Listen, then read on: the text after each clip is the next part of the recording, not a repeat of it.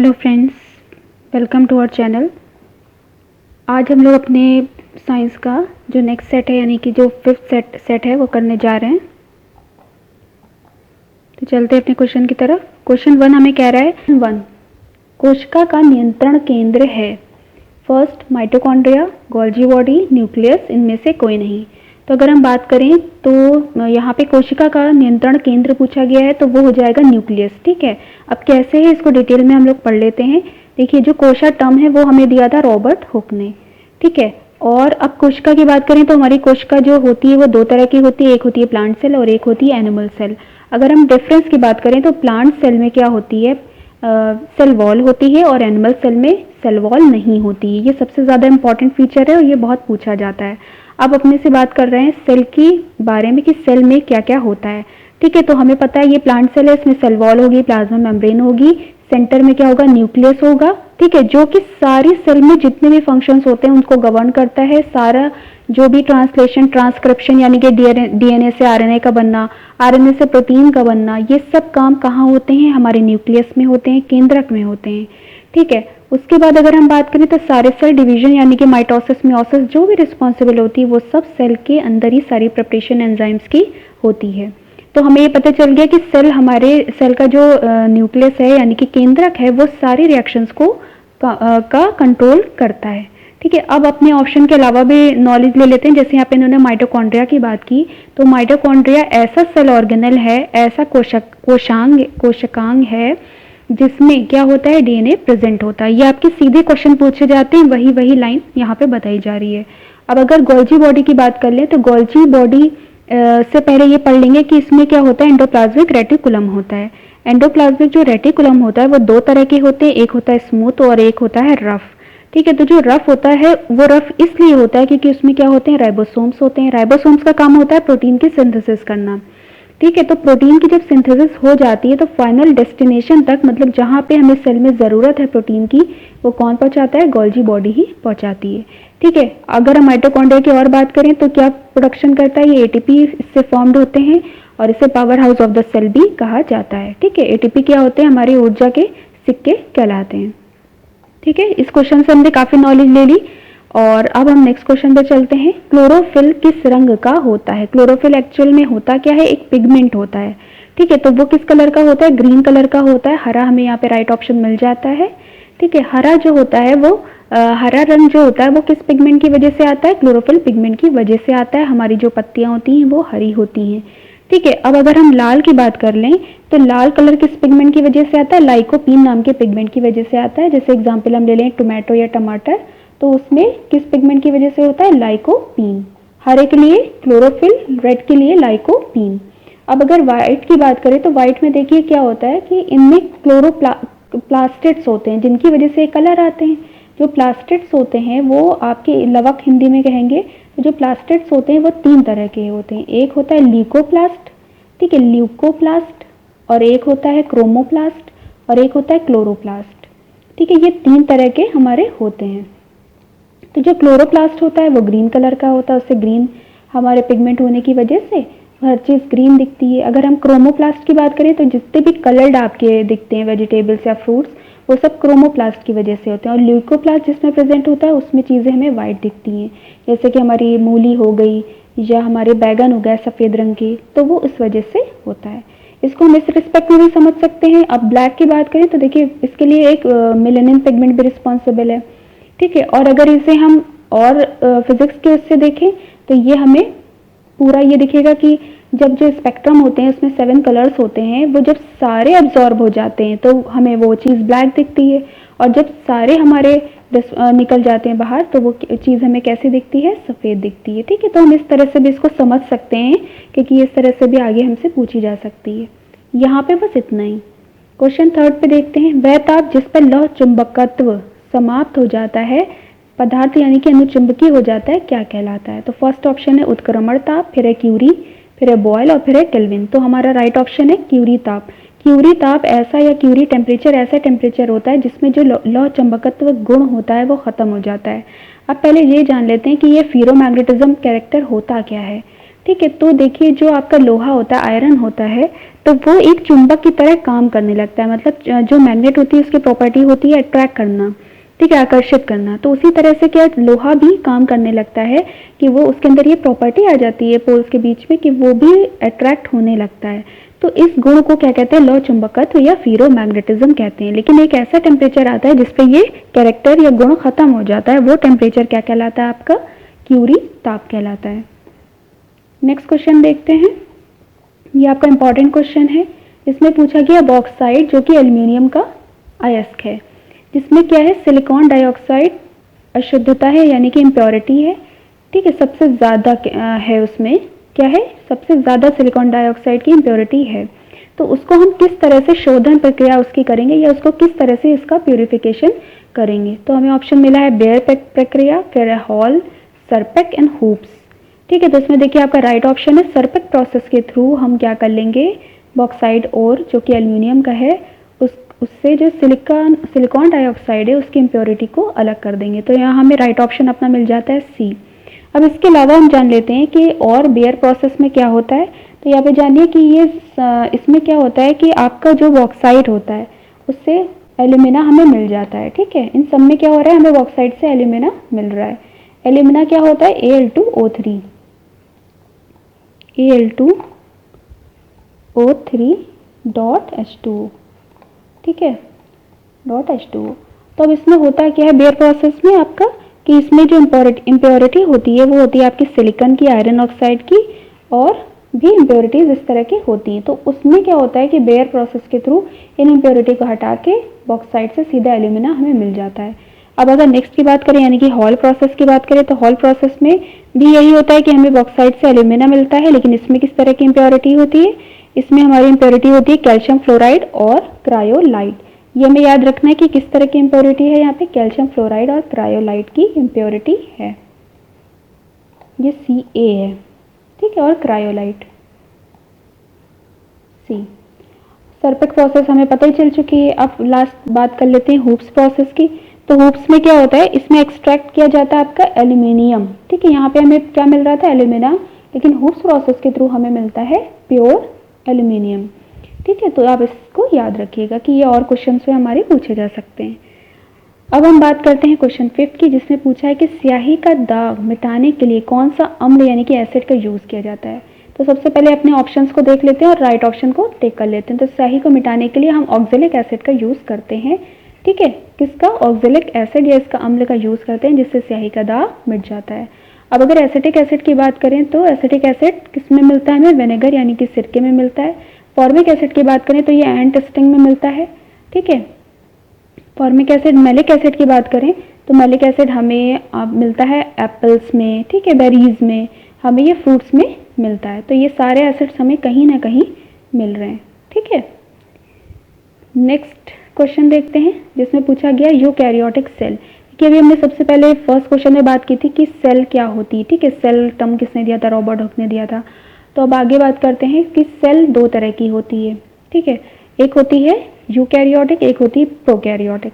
Eukaryotic होती है उसमें क्या होता है, आपका 2 न्यूक्लियस प्रेजेंट होता है, और जो प्रोकैरियोटिक होती है उसमें P फॉर प्रिमिटिव यानी कि कंप्लीट न्यूक्लियस उसमें नहीं होता है, ठीक है। तो अब यहाँ पे क्या बात कर रहे हैं, यूकैरियोटिक की बात कर रहे हैं कि यूकैरियोटिक में जो प्लाज्मा झिल्ली होती है यानी कि प्लाज्मा मेम्ब्रेन होती है वो किसकी बनी हुई होती है।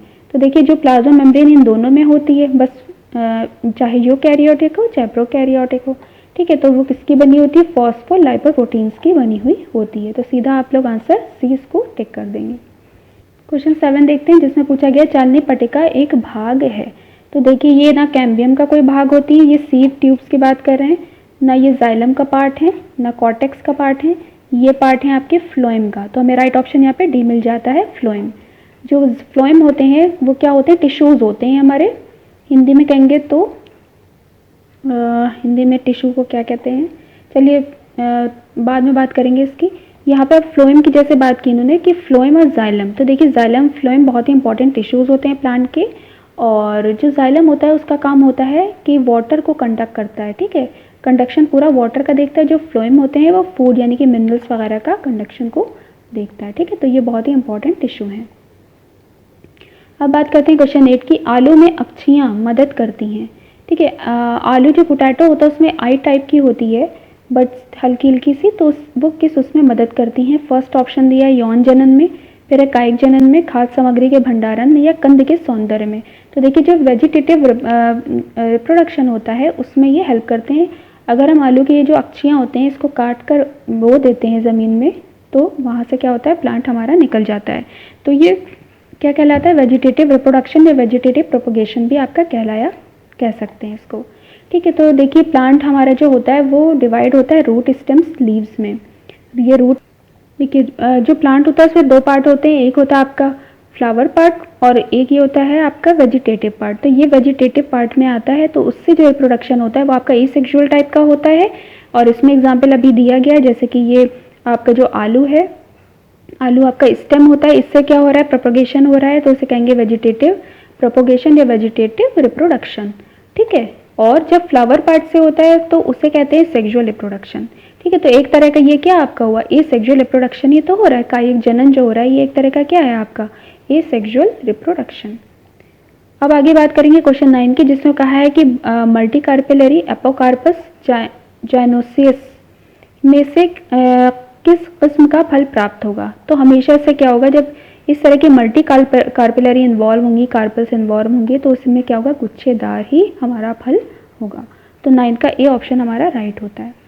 अब बात करेंगे क्वेश्चन 10, अतिवर्धन का अर्थ क्या है? अतिवर्धन का अर्थ है कोशिकाओं की संख्या में अपसामान्य वृद्धि। ठीक है। तो इस तरह से एक देखा जाए तो सेल में डिवीजन होता है, लेकिन जब सेल में डिवीजन आपका बहुत फास्ट होने लगता है तो उसे क्या कहते हैं कि अनकंट्रोल्ड डिवीजन इसमें हो रहा है। ठीक है। तो वही आपका एक नाम दिया जाता है अतिवर्धन, जिसमें क्या होता है, असामान्य वृद्धि होना शुरू हो जाती है, जिसका एग्जाम्पल हमारा क्या है, कैंसर। ठीक है। कैंसर के ट्रीटमेंट में हम क्या यूज़ करते हैं, कोबाल्ट 60 का भी यूज़ करते हैं, आप लोग याद रखिएगा, कोबाल्ट 60 का। नेक्स्ट क्वेश्चन 11, शरीर के किस अंग में विटामिन ए अधिकता एकत्र होता है? ठीक है। हमारा विटामिन ए क्या होता है, इसको रेटिनॉल कहते हैं। विटामिन ए की कमी से हमें क्या हो जाता है, जीरोफ्थेल्मिया या रतौंधी हो जाती है, नाइट ब्लाइंडनेस कहते हैं जिसको। तो इसका हमने नाम भी पढ़ लिया, रेटिनॉल। अब देखते हैं ये हमारे किस अंग में एकत्र होता है। तो पहला है वृक्क, फिर है यकृत, अग्नाशय और तिल्ली। तो देखिए जो यकृत है यही आपका राइट ऑप्शन है, क्योंकि जो आपका विटामिन है वो कहाँ कलेक्ट होता है, जाके आपके लिवर में कलेक्ट हो जाता है। ठीक है। अब और ऑप्शंस की बात कर लेते हैं। अगर हम किडनी की बात करें तो ये हमारी एक्सक्रीटरी सिस्टम की के अंदर आती है, एक ऑर्गन है किडनी।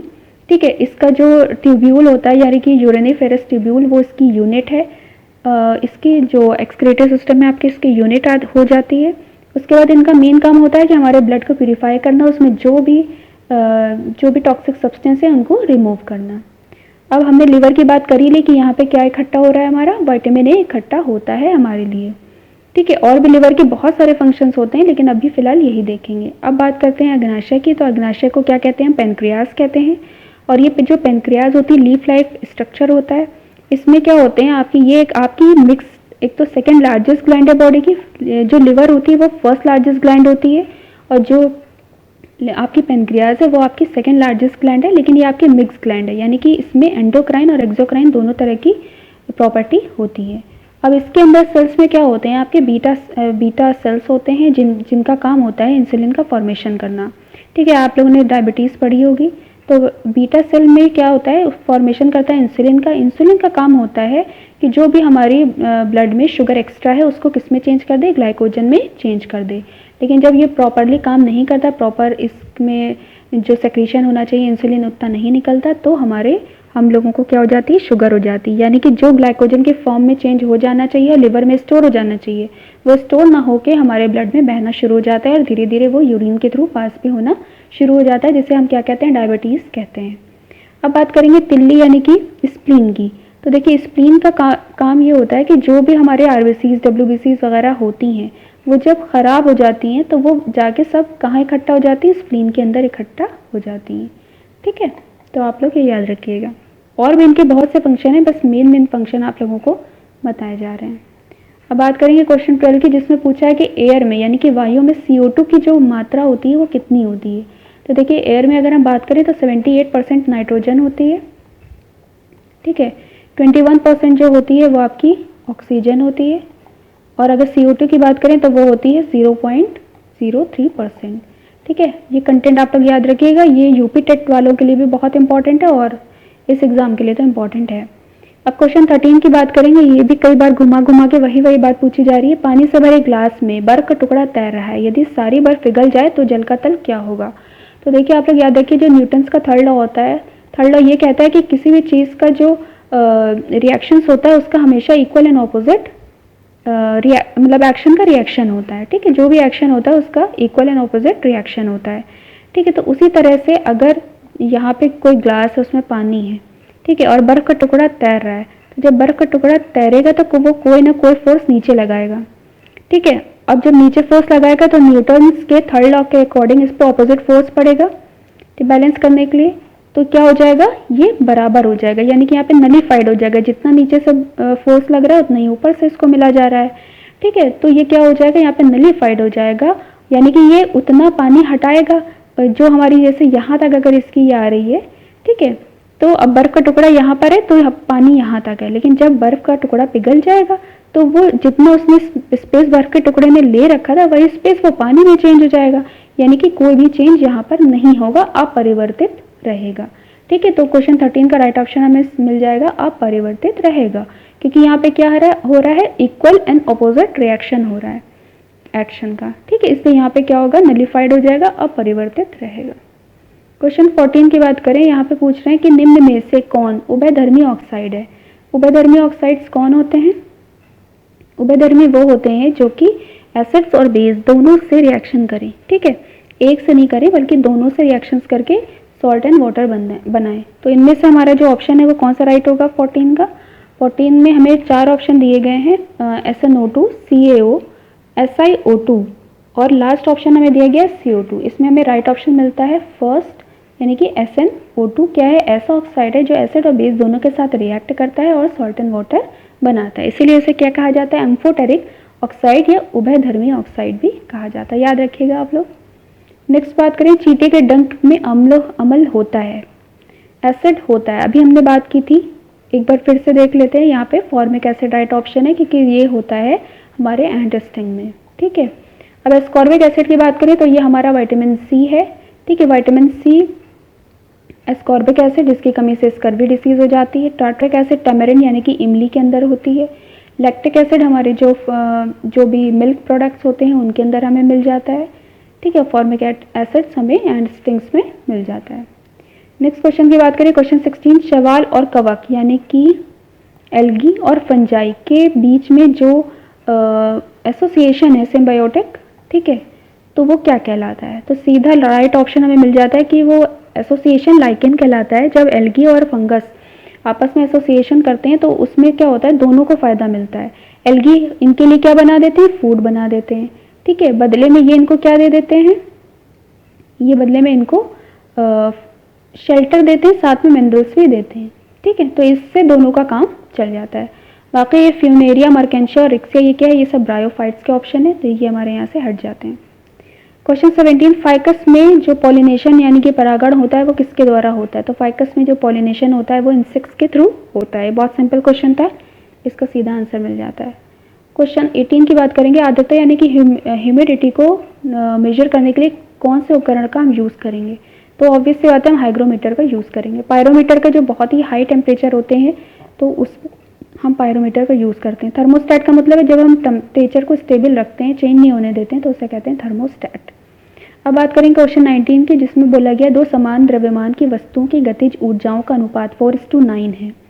ठीक है, मतलब यहाँ पे बताया गया कि जो मास है वो इक्वल है और वस्तु की गतिज ऊर्जाओं यानी कि के जो है वो क्या है, उनके 4:9 है, तो इनको वेगों के अनुपात बताने हैं। तो इसे करके देखते हैं। यहाँ पे हम बात करें K1 क्या है 4 और K2 क्या है 9। ठीक है, ये है 9 यहाँ पे। तो अब पूछा है कि इनकी जो वेग हैं उनमें रिलेशन निकालना है, तो हम निकाल लेते हैं इनमें रिलेशन। K इक्वल्स टू क्या होता है, हाफ mv²। ठीक है, ये सारी चीज़ें तो देखिए कैंसिल हो जाएगी कि मास इन्होंने कहा है दोनों के बराबर है, हाफ हाफ पहले ही कैंसिल हो जाएगा, यानी कि हमें सीधा रिलेशन मिल जाएगा K1 upon K2 equals to V1 square upon V2। ठीक है, यहीं से रिलेशन मिल जाता है। यानी कि हमें क्या करना है, यहाँ पे हमारे पास ये है, अब ये निकालने के लिए हमें स्क्वायर रूट ले लेना है। यानी कि 4 का स्क्वायर रूट अगर हम लेंगे तो आएगा 2 और इसका आएगा 3, तो हमें आंसर मिलता है सीधा 2:3। ठीक है। क्वेश्चन 20, क्वेश्चन 20 में क्या पूछा है, पूरा इन्होंने बड़ा सा एक क्वेश्चन पूछ लिया है। एक व्यक्ति कार में बैठा है, ठीक है, जो विराम यानी कि विराम अवस्था में बैठा हुआ है। फिर क्या होता है कि सड़क से कार के 4 पहियों में से प्रत्येक पर प्रतिक्रिया R है। ठीक है, आपको पता है कि प्रतिक्रिया क्या होती है, एक्शन का इक्वल एंड ऑपोजिट रिएक्शन। ठीक है, तो अभी बात करेंगे। फिर जब कार सीधी समतल सड़क पर चलेगी तो अग्र पहियों में प्रत्येक पर प्रतिक्रिया में क्या परिवर्तन होगा। ठीक है, यहाँ पे कह रहे हैं सिंपल से बात की, एक व्यक्ति कार में बैठा है, विराम अवस्था में, सड़क के कार के 4 पहियों में प्रतिक्रिया R है।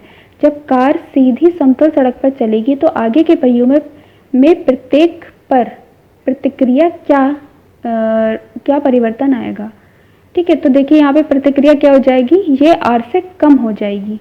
ठीक है, क्योंकि उन्होंने क्या पूछा है, सिर्फ आगे के पहिए में पूछा है, तो उस हिसाब से सीधा में आंसर मिल जाता है बी, ये R से कम हो जाएगी। क्वेश्चन 21 के बारे में बात करें, बीमारी फैलाने वाले एजेंट्स जो होते हैं उनको हम क्या कहते हैं, सिक्रेटिन, एमाइलेज, प्रोलैक्टिन या पैथोजन। तो सीधा सा उन्हें हम क्या कहते हैं, पैथोजन कहते हैं। मेरा राइट ऑप्शन मिल जाता है। अब अगर बात करें तो सिक्रेटिन और प्रोलैक्टिन हमारे हार्मोन्स हैं और एमाइलेज हमारा क्या है, एंजाइम है। ठीक है, आगे बढ़ते हैं नेक्स्ट क्वेश्चन की तरफ, जिसमें पूछा कि खाद्य श्रृंखला में शाकाहारी कौन है। खाद्य श्रृंखला क्या होती है, हमारी फूड चेन की बात की जा रही है। तो प्राथमिक उत्पादक है, यानी कि ये प्रोड्यूसर्स हो गए, यानी कि प्लांट्स हो गए, लेकिन यहाँ शाकाहारी यानी कि जो प्लांट्स को खा रहे हैं उनकी बात कर रहे हैं, तो ये कौन हो जाएंगे, प्राथमिक उपभोक्ता हो जाएंगे। नेक्स्ट बात कर रहे हैं, निम्नलिखित में से एसआई यूनिट में से कौन सी सुमेलित नहीं है। वर्क यानी कि कार्य की जूल होती है, फोर्स की न्यूटन होती है, द्रव्यमान की केजी होती है, लेकिन दाब की डायन नहीं होती है। ठीक है, तो ये हमारा यहाँ पे ऑप्शन गलत हो जाता है। नेक्स्ट बात करें तो निम्नलिखित में से किसमें उच्चतम ऊर्जा होगी, यानी कि एनर्जी की बात करें कि किसमें सबसे ज़्यादा होगी। तो देखिए एनर्जी की अगर बात करें तो E = होता है SC/λ। ठीक है, E = SC/λ। तो इसमें रिलेशन अगर हम देखें तो उल्टा होता है, यानी कि जिसकी वेवलेंथ सबसे ज़्यादा होगी उसकी ये सबसे कम होगी। अब सबसे ज़्यादा किसकी होती है, देख लें वेवलेंथ। तो देखिए अगर हम बात करें तो विबग्योर में सबसे ज़्यादा वेवलेंथ हमारी होती है R की। ठीक है, लेकिन इन्होंने पूछा यानी कि हमें सबसे कम की तरफ जानी है, यानी कि सबसे कम हमारी होगी वॉयलेट की उच्चतम ऊर्जा। तो ऑप्शन में हमें कहीं नहीं मिल रहा है, फिर इंडिगो ये भी नहीं मिल रहा है, फिर ब्लू। ठीक है, यानी कि हमें आंसर मिल गया यहाँ पे ब्लू, नीला प्रकाश ऑप्शन हमारा हो गया, क्योंकि उन्होंने पूछा था उच्चतम ऊर्जा। ऊर्जा हमें किससे मिलेगी, ई। इनमें ऑपोजिट का रिलेशन है, जिसमें वेवलेंथ ज़्यादा यानी कि आर की वेवलेंथ ज़्यादा है, तो वॉलेट की सबसे कम होगी वेवलेंथ, जिसकी कम होगी उसी की सबसे ज़्यादा ऊर्जा होगी। ठीक है, तो इसके हिसाब से देखिए तो हमें अपना ऑप्शन यहाँ पे ब्लू मिला। ब्लू के बाद अगर देखें तो ग्रीन होगा, फिर ग्रीन के बाद हमारा येलो होगा और येलो के बाद लास्ट में रेड होगा। ठीक है, तो आप लोग याद रखिएगा। नेक्स्ट क्वेश्चन देखते हैं, क्वेश्चन 25। एक रडार जो शत्रु के वायुयान की उपस्थिति पता लगाता है प्रयोग करता है। ठीक है, रडार आप सबको पता है कि वो रेडियो वेव्स के थ्रू उसको पता लगाता है, इनके थ्रू ही सारा चीज़ें पता चल जाती हैं। इससे पहले के सेट्स में हमने काफ़ी साउंड वेव्स और इलेक्ट्रोमैग्नेटिक स्पेक्ट्रम सबके बारे में, मैकेनिकल वेव्स के पढ़ाया। आप लोग इसके लिए क्या कर सकते हैं, प्रीवियस के वीडियोस देख सकते हैं।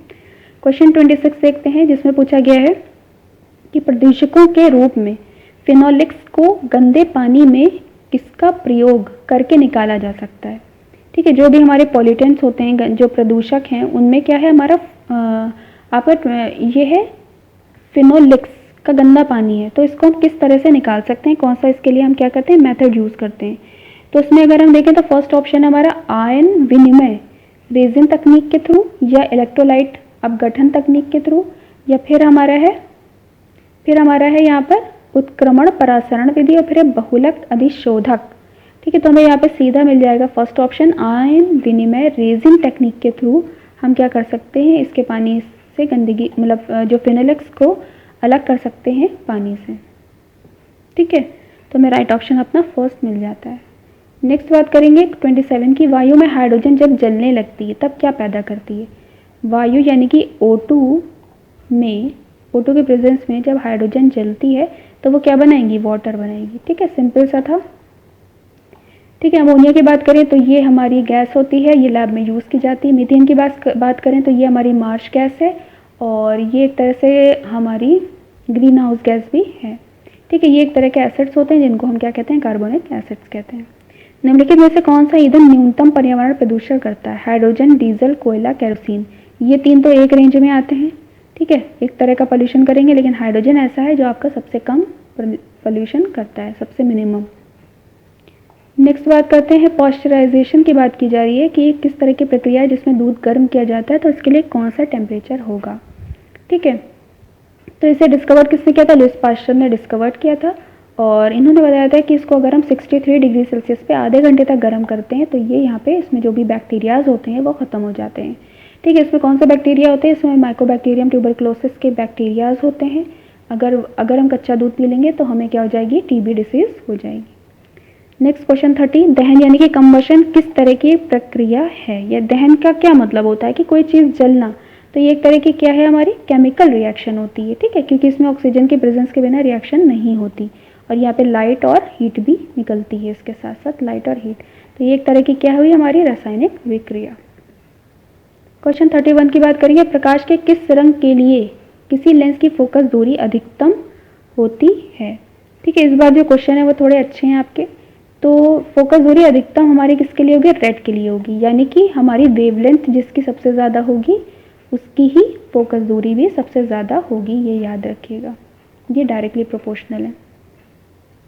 अब 32 में क्या कह रहे हैं, किसी तल के 10 वर्ग सेंटीमीटर क्षेत्रफल पर 100 न्यूटन का विलंबवत बल लगाते हैं तो उस पर दाब क्या होगा, यानी कि P = F/A, सिंपल सी बात की गई है। तो ये आपका हो जाएगा 100 और नीचे आपका एरिया क्या दिया गया है, 10। ठीक है, अगर इसे कैंसिल करते हैं तो हमारा आंसर आता है 10। ये हमें जो दिया गया सेंटीमीटर में दिया गया और हमें आंसर देना है मीटर में, तो उसके लिए हम क्या करेंगे, यहाँ मल्टीप्लाई करेंगे। जब हम मल्टीप्लाई करेंगे तो हम इसको यहाँ पे आपकी 10⁴ से मल्टीप्लाई हो जाएगा, क्योंकि एरिया जो होता है उसमें यूज़ होता है L/L। ठीक है, तो यहाँ पे आपके ये हो जाएगा 10⁴ और ये 10⁴ जब इससे मिलेगी तो ये बन जाएगा 10⁵, यानी कि मैं राइट ऑप्शन मिल जाएगा ये। ठीक है, बहुत ईजी था, बताने की ज़रूरत नहीं। 33, निम्नलिखित धातुओं में से कौन सा एक विद्युत मंद का चालक नहीं है। ठीक है, तो देखिए अगर हम अपने पीरियोडिक टेबल में देखें तो फॉस्फोरस P15 होता है ना ये, और फिर सल्फर 16।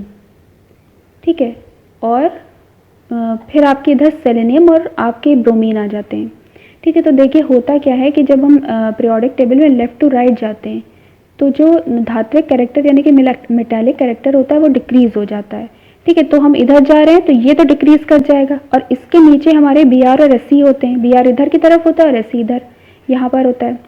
ठीक है, तो लेकिन जब हम ऊपर से नीचे जाते हैं तो हमारा मेटालिक जो कैरेक्टर होता है वो क्या हो जाता है, बढ़ जाता है। यानी कि अगर हम देखें तो सबसे ज़्यादा किसका होगा, इधर से इधर जाने पे कम हो रहा है, यानी कि ब्रोमीन हमें यहाँ आगे मिलेगा, फॉस्फोरस, सल्फर। ठीक है, फिर यहाँ पे क्लोरीन मिलेगा और क्लोरीन के नीचे हमें यहाँ पे ब्रोमीन मिलेगा। ठीक है, और इधर हमें Sc मिलेगा। तो ये कहने का मतलब कि जब हम इधर जा रहे हैं तो वो तो डिक्रीज़ कर रहा है और जब हम ऊपर से नीचे आ रहे हैं तो हमें यहाँ पे क्या मिल जाएगा, सेलेनियम। तो यहाँ पे हमारा राइट ऑप्शन क्या हो जाएगा, सेलेनियम। निम्नलिखित धातुओं में से कौन सा एक विद्युत मंद चालक नहीं है, तो सेलेनियम हमारा विद्युत मंद चालक नहीं है। ठीक है, क्योंकि इसमें मेटालिक कैरेक्टर इन सबसे ज़्यादा मिल रहा है। ठीक है, पीरियोडिक टेबल रख के एक बार अच्छे से देख लेगा तो आपको समझ में आ जाएगा कि लेफ्ट टू राइट तो डिक्रीज कर रहा है लेकिन टॉप टू बॉटम इंक्रीज कर रहा है, इसलिए क्योंकि यहाँ पे ये बॉटम में ही, इसलिए ये सबसे ज़्यादा हो जाएगा। नेक्स्ट देखते हैं, निम्न तत्वों में किसमें न्यूट्रॉन नहीं होता है।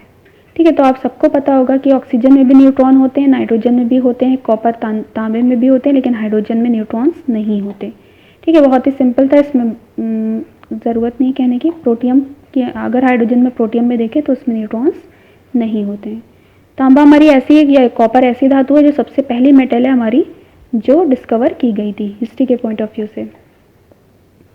ठीक है, चलिए अब 35 क्वेश्चन देखते हैं। एक तत्व है X के बाह्यतम कक्षा में 4 इलेक्ट्रॉन है, हाइड्रोजन के साथ इसके जो यौगिक बनेंगे तो वो कैसे बनेंगे। हाइड्रोजन के इसके में 4 इलेक्ट्रॉन है तो हमारा डी ऑप्शन यहाँ पे टिक हो जाएगा। ये बहुत सिंपल है, तो ऑप्शन डी यहाँ पे राइट होता है। एंटासिड्स की बात करें तो एंटासिड्स क्या होते हैं, लवर्ड सॉल्ट होते हैं, एसिड्स होते हैं, बफर्स होते हैं या भस्म होते हैं। तो देखिए ये क्या होते हैं, एक्चुअली में भस्म होते हैं। एंटासिड्स में बहुत सारे ऑक्साइड्स होते हैं, जैसे एल्यूमिनियम ऑक्साइड हो गया आपका, मैग्नीशियम, मिल्क ऑफ मैग्नीशिया, ये सब मिला के आपका एंटासिड्स भस्म तैयार किए जाते हैं। ठीक है, अब बात करेंगे 37 क्वेश्चन की। ये हम लोग पिछली बार भी पढ़ चुके हैं, फिर देखते हैं कि जो गोल्ड स्मिथ होते हैं उनके पास एक्वारीजिया होता है। ये एक्वारीजिया हिंदी में अगर नाम दें तो अम्लराज कहलाता है। ठीक है, तो ये अम्लराज जो होता है वो किससे मिलके बनता है, तो ये बनता है आपका नाइट्रिक एसिड और हाइड्रोक्लोरिक से मिलकर बनता है। इसका रेशियो हम लोग पिछले प्रीवियस वीडियो में भी डिस्कस कर चुके हैं।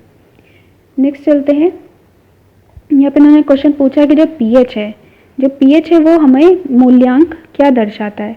पीएच जो मूल्यांक है वो हमारा क्या दर्शाता है। तो यहाँ पे बात है, फर्स्ट है हमारा नेगेटिव से फोटो बनाने के काम में लाए जाने वाले रसायन की गुणवत्ता में किसी घोल की अम्लीय व क्षारीय होने का मूल्यांक, या भूकंप की तीव्रता, या दूध की शुद्धता परखने का मूल्यांक। तो देखिए पीएच जो हमारी वैल्यू होती है वो हमारा क्या होती है, negative logarithm of hydrogen ion concentration होती है। ठीक है, पीएच एक इंडिकेटर है जो इंडिकेट करता है कि क्या चीज़ क्या है। ठीक है, जैसे कि वाटर है वो न्यूट्रल है, तो ये एक्चुअल में क्या बताती है, किसी घोल या क्षारीय होने का मूल्यांकन इससे किया जा सकता है। ठीक है, तो मेरा राइट ऑप्शन यहाँ पे मिल जाता है बी। अब बात करते हैं क्वेश्चन 19 की, जिसमें पूछा गया ओजोन जो होल है, छिद्र है, उसका निर्माण सर्वाधिक कहाँ पर है। तो वो ऑब्वियस सी बात है कि अंटार्कटिका पर के ऊपर है। अब बात करते हैं ग्रीन हाउस इफेक्ट की। तो ग्रीन हाउस इफेक्ट बहुत इंपॉर्टेंट है, हर उससे क्वेश्चन पूछा जा रहा है।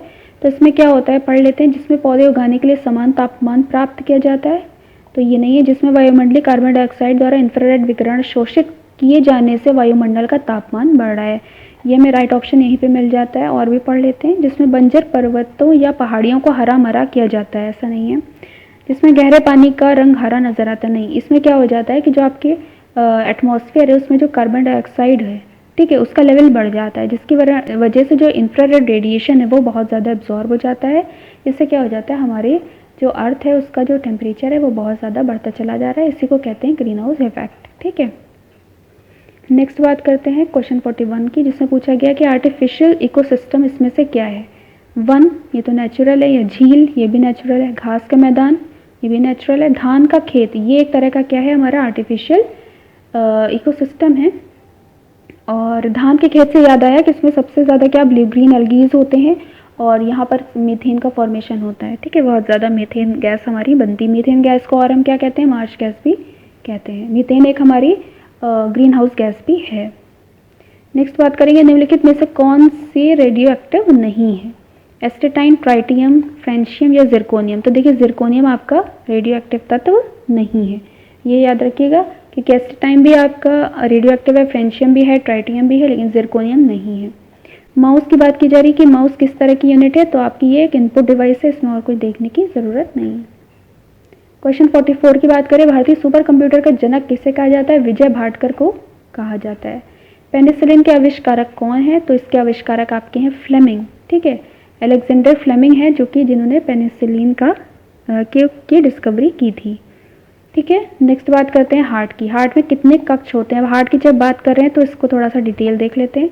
जो हमारा हार्ट है कुछ देखने में ऐसा दिखता है। ठीक है, इसकी थोड़ी सी इजी पिक्चर बनाइए। इस तरह का 4 चैम्बर्ड हार्ट होता है, इसमें 4 चैम्बर होते हैं, ऊपर की तरफ 2 एट्रियम और नीचे की तरफ 2 वेंट्रिकल्स। ठीक है, तो अगर चैम्बर की बात करें तो हमें राइट ऑप्शन मिल जाएगा आपका बी, यानी कि 4 चैम्बर होते हैं, 4 कक्ष होते हैं। ठीक है, तो अब बात करें कि इसमें जो और क्या होती हैं, आर्टरीज और वेन्स होती हैं, धमनी और शिराएँ होती हैं। तो इन सब जितनी भी आर्टरीज हैं उनका काम होता है कि प्यूरिफाइड ब्लड को, यानी कि ऑक्सीजनेटेड ब्लड को लेके जाना। ठीक है, और जो वेन्स होती है उनका काम होता है डीऑक्सीजनेटेड ब्लड को लेके जाना। तो जो लेकिन एक आर्टरी ऐसी होती है जिसका काम जस्ट ऑपोजिट होता है, उसको नाम दिया जाता है पल्मोनरी आर्टरी। ठीक है, पल्मोनरी आर्टरी में क्या हो जाता है, या ये हमेशा ऑक्सीजनेटेड ब्लड ले जाती है, लेकिन जो पल्मोनरी होती है वो डीऑक्सीजनेटेड ब्लड को ले जाती है। ये इंपॉर्टेंट पॉइंट था। ऐसे अगर हम वेन की बात करें तो वो हमेशा क्या करता है, डीऑक्सीजनेटेड ब्लड को ले जाता है, यानी कि जिसमें ऑक्सीजन नहीं होती, वो गंदा होता है।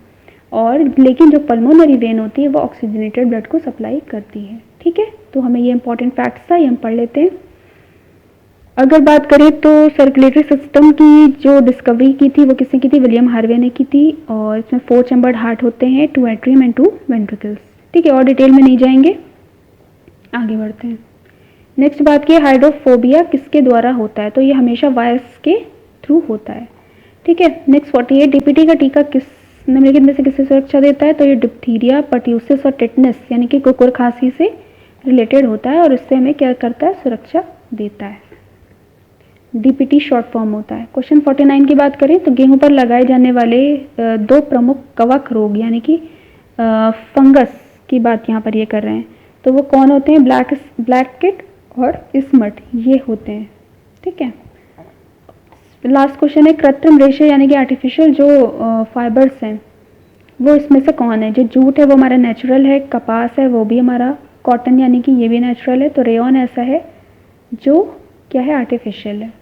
ठीक है, तो मैं यहाँ पे राइट ऑप्शन अपना मिल जाता है। Okay, thank you so much.